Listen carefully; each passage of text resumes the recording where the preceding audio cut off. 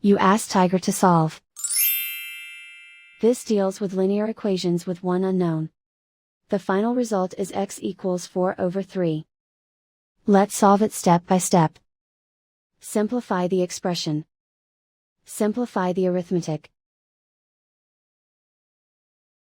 Group all m terms on the left side of the equation.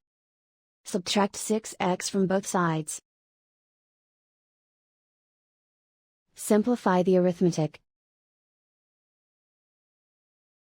Group like terms. Simplify the arithmetic. Isolate the m. Divide both sides by 6. Simplify the fraction.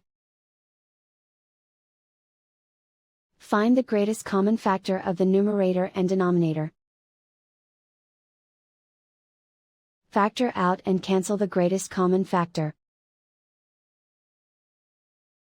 And so the final result is x equals 4/3.